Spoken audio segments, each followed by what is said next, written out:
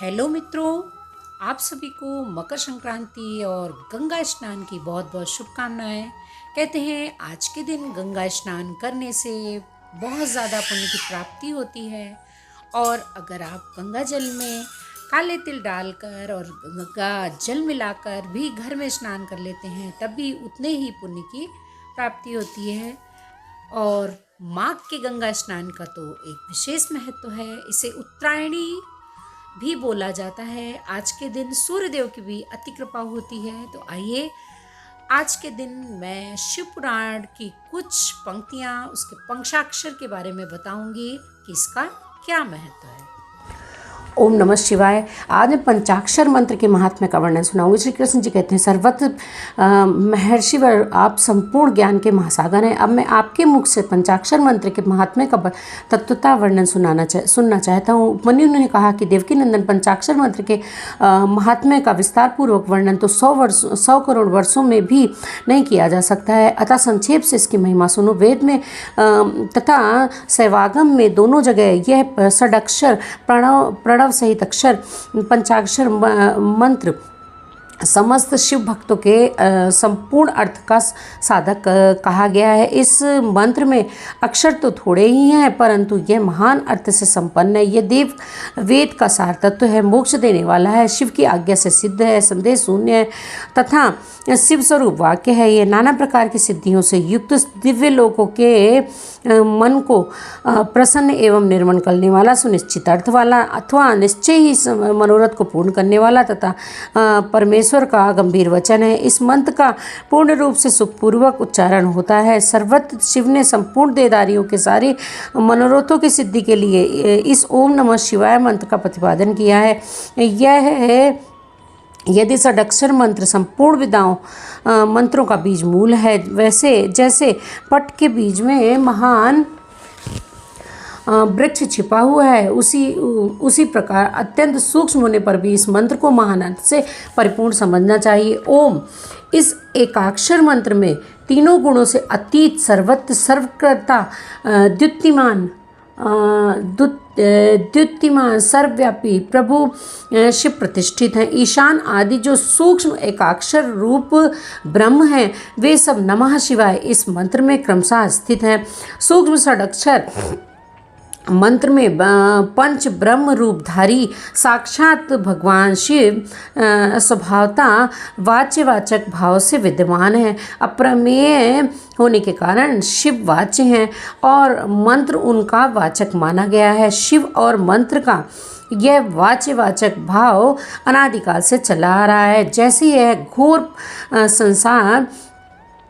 संसार सागर अनादिकाल से प्रवृत्त है, उसी प्रकार संसार से छुड़ाने वाले भगवान शिव भी अनादिकाल से ही नित्य विराजमान है। जैसे औषध रोगों का स्वभावता शत्रु है, उसी प्रकार भगवान शिव संसार दोषों के स्वाभाविक शत्रु माने गए हैं। यदि ये भगवान विश्वनाथ न होते तो यह जगत अंधकार में हो जाता, क्योंकि प्रकृति जड़ है और जीवात्मा अज्ञानी, अतः उन्हें प्रकाश देने वाले परमात्मा ही हैं। प्रकृति से लेकर परमाणु पर्यंत जो कुछ भी जड़ रूप तत्व है वह किसी बुद्धिमान चेतन जड़ के कारण के बिना स्वयं करता नहीं देखा गया है। जीवों के लिए धर्म करने और अधर्म से बचने का उपदेश दिया जाता है, उनके बंधन और मोक्ष भी देखे जाते हैं। अतः विचार करने से सर्वत्र परमात्मा शिव के बिना प्राणियों के आदि सर्ग की सिद्धि नहीं होती। जैसे रोगी वैद्य के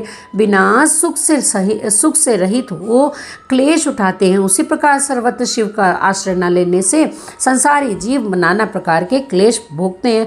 अतः यह सिद्ध हुआ कि जीवों का संसार सागर से उद्धार करने वाले स्वामी अनादि सर्वत्र परिपूर्ण सदा शिव विद्यमान है। वे प्रभु आदि मध्य और अंत से रहित हैं, स्वभाव से ही निर्मल है तथा सर्वज्ञ आदि परिपूर्ण हैं, उन्हें शिव नाम से जानना चाहिए। शिवागम में उनके स्वरूप का विशद रूप से वर्णन है। ये पंचाक्षर मंत्र उनका अभियान वाचक है और वे शिव अभिवाच्य है, अधिदेय वाच्य हैं। अधिमान और अधिधेय अभिधेय वाचक और वाच्य रूप होने के कारण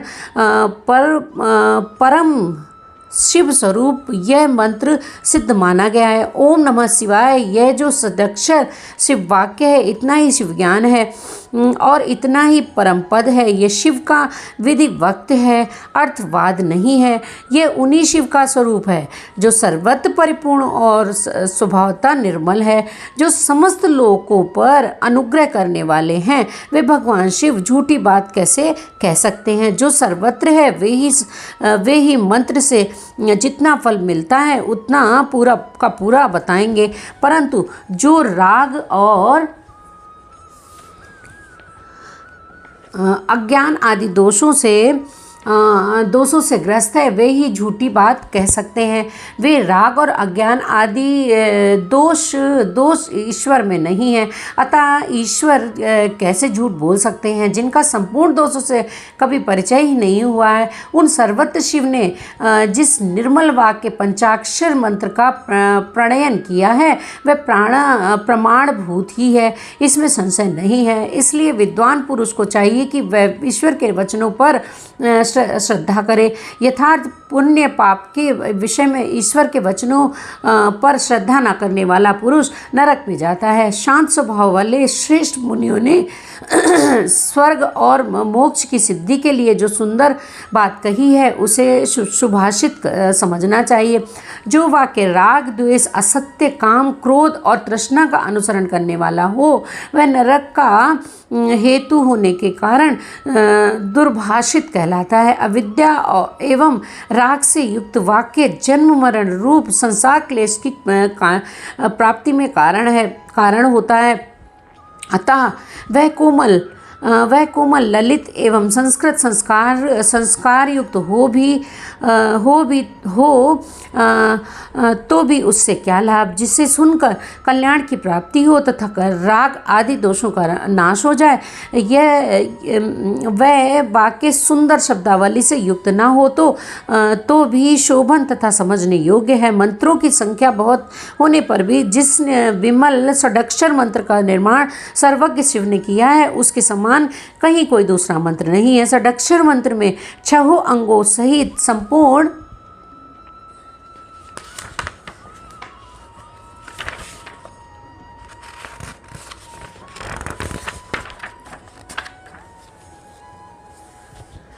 वेद और शास्त्र विद्यमान है, अतः उसके समान दूसरा कोई मंत्र कहीं नहीं है। 7 करोड़ महामंत्रों और अनेकानेक उपमंत्रों से यह षडक्षर मंत्र उसी प्रकार भिन्न है। ऐसे वृत्ति से सूत्र जितने शिव ज्ञान है और जो विद्या स्थान है वे सब षडक्षर मंत्र रूप सूत्र के संक्षिप्त भाष्य हैं। जिसके हृदय में ओम नमः शिवाय षडक्षर मंत्र प्रतिष्ठित है उसे दूसरे बहुसंख्यक मंत्रों और अनेक विस्तृत शास्त्रों से क्या प्रयोजन।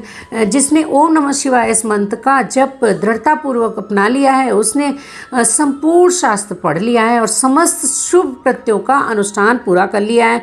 आदि में नमः पद से युक्त शिवाय ये 3 अक्षर जिसकी जिह्वा के अग्रभाग में विद्यमान है उसका जीवन सफल हो गया। पंचाक्षर मंत्र के जप में लगा हुआ पुरुष यदि पंडित मूर्ख अंत्यज अथवा अधम भी हो तो वह पाप पंजर से मुक्त हो जाता है। इस प्रकार वायवीय संहिता उत्तरखंड में अध्याय 12 पूरा हुआ। बोलिए शंकर भगवान की जय। हर हर महादेव।